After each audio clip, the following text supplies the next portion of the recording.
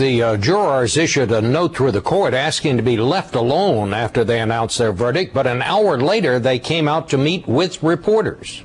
We looked at all the evidence. We looked at Michael Jackson, and one of the first things we decided that we had to look at him as just like any other individual, not just as a celebrity.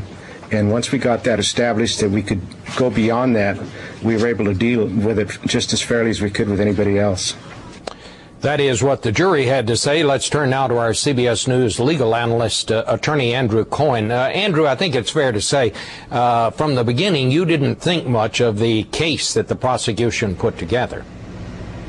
I didn't, Bob. I thought it was one of the weakest cases I've ever seen in a criminal court. You had a terrible witness on the witness stand, the alleged victim, a cancer survivor, a young man accusing a grown-up of molestation who came off as unsympathetic on the stand. You had no scientific or very little physical evidence against Michael Jackson. You had the alleged victim's mother who came off, as Vince reported, as incredible, not in a good way on the witness stand. And you had defense attorneys who ran circles around prosecutors. When you get all those things in a criminal case, Bob, you get this sort of result. It happened, and we did.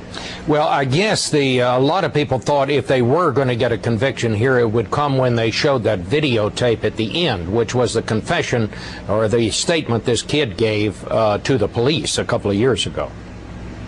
Yeah, that was powerful. That was the strongest part of the prosecution's case. It came just at the end of the case, right before Memorial Day, the long weekend. A lot of people thought that that might have turned the momentum around. But clearly these verdicts today tell me that didn't happen. Or if it did, the defense attorney, Thomas Mesereau, was able to change momentum back in favor of the defense. In closing arguments, it was the defense that told jurors to get specific with the facts of the case. And when that happens, you get this verdict. Okay. Thank you very much, Andrew.